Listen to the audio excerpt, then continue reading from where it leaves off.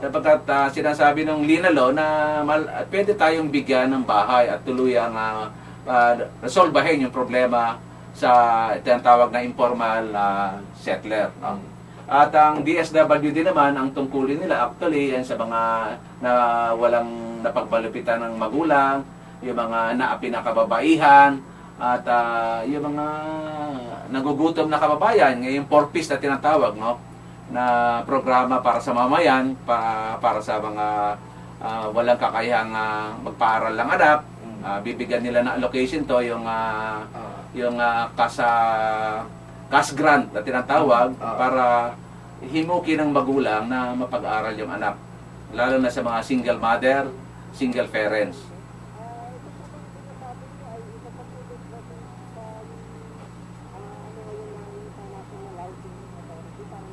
Oo, ito yung pag sinabi natin kay Binay na nakapaloob na rin yan yung National Housing Authority o NHA, no?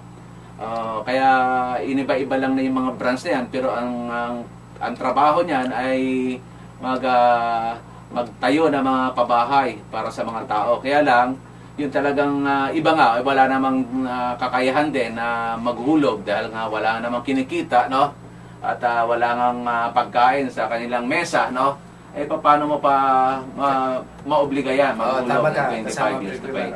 Ang sinasabi nitong Bahay at Kabuhayan, dapat talagang grant, libre, no? Paulit-ulit natin sinasabi, sapagkat ang Pilipinas ay sa Pilipino yan. At may karapatan tayo, no?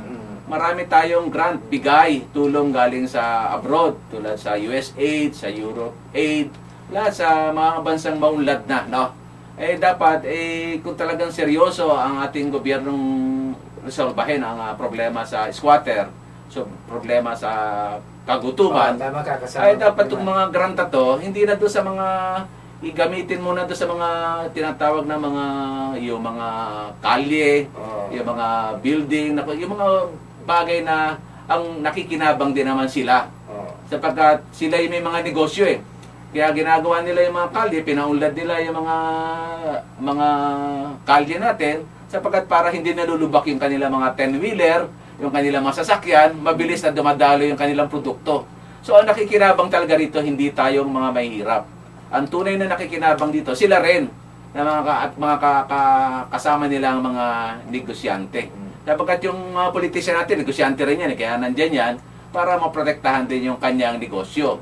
Ang nais natin sana, bigyan naman tayo ng moratorium na sinasabi natin yung budget sa billion, billion budget para do sa pork barrel sa mga senador, billion na pork barrel sa mga congressman, 218 na congressman, 22 senador.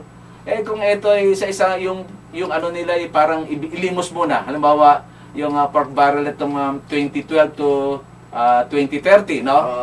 Ilaan naman doon sa pabahay, libre.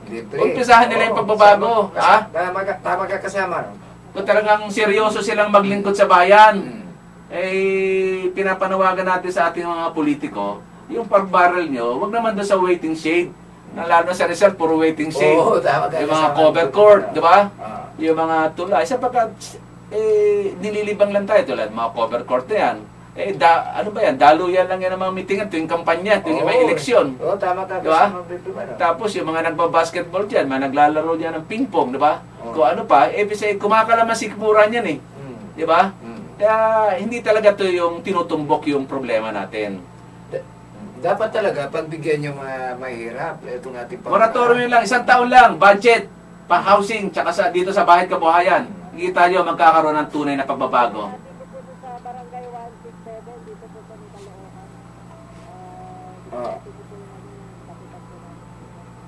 Sige, bumati po kayo. Sige po. Sige po, bumati po. Parang mahina. Depende na kasi. Okay, bumati po kayo. Sino po yung barangay captain? Naputol. Sige, tawag po kayo ulit. Naputol kayo. Kaloocan to, no? Kaloocan. Ito sinasabi natin kasamang NARS. Ito talagang napakadali lang resolbahin. Kung siseryosohin. At yung ating leader, yung ating mga congressman at senador, mga mayor, gobernador, kahit na nga yung ating presidente, no, si Pinoy, ating vice president, tumawag ulit. Okay. Hello? Sige po. Naputol ka, sige. Hello? Sige po. Yes. Ito ba ito ba?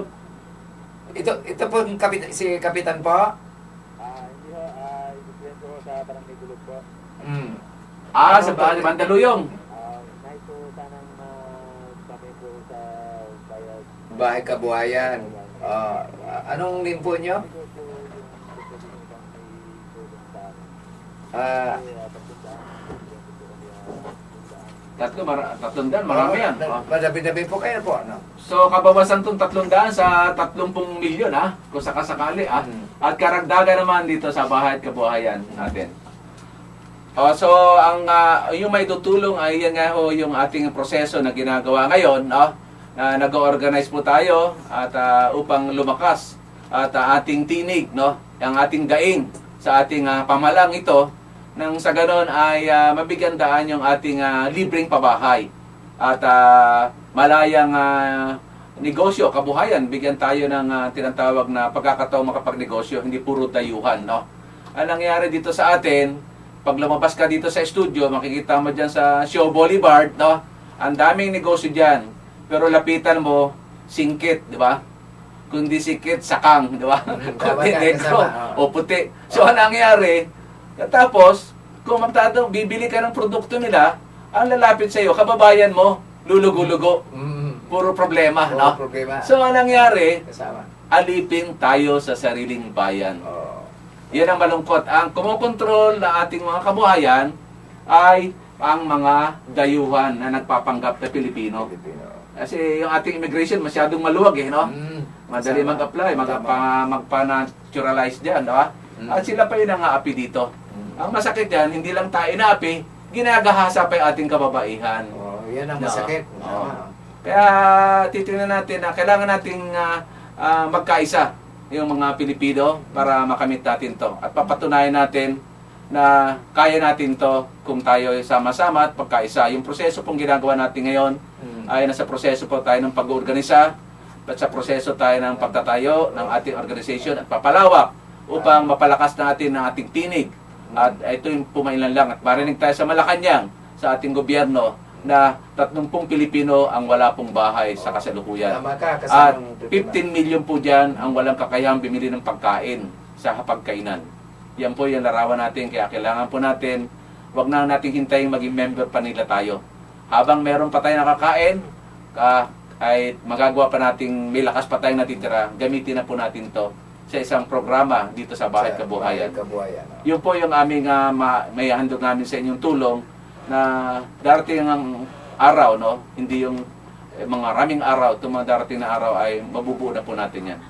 Meron na po tayo kasing 200,000 na member sa iba't ibang kaalyado at ito'y nagpaparami tayo na hanggat mari 1 milyon na tinig, upang magkaroon tayo ng signature campaign.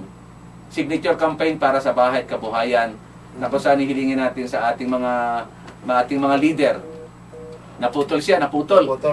Okay, tawagan na lang ulit. Kasama, hintayin namin yung tawag mo. Pero habang siya, narinig naman tayo niyan, may radyo namang nakamonitor, na kinakailangan na talaga natin yung isang proseso na maliwanag, hindi tayo nang bobola, Ito yung proseso na kailangan nating magkaisa, na kung saan sama-sama nating hilingin sa ating pamahalaan, na ang kinin natin yung atin. Ang Republika ng Pilipinas ay para sa mga Pilipino. At tayo ay bahagi nito. May-ari. Kasosyo. Co-owner. Part owner. Kaya nga, bilang part owner, karapatan natin daw. Stereotype tayo rito, paulit-ulit na tayo. Pero, kailangan nating magpaliwanag. Walang sawa na paliwanag. Nang sa ganon ay magising yung ating mga kababayan at sumapi dito sa Bahay at Kabuhayan para sa taong bayan. Yan lang sinakasabi ko kasamang nurse. Nakakalungkot isipin na 1+1 lang problema, di ba? Tingnan mo, kung pakikigan tayo dito, at tayo handa na, marami na tayo.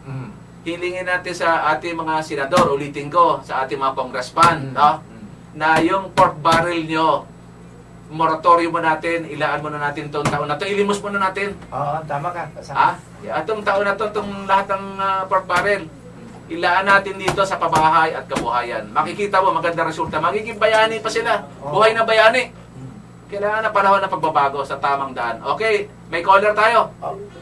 Line 2. Magandang hapon po. Sino po sila? Ano pong paglilingkod doon sa namin sa inyo?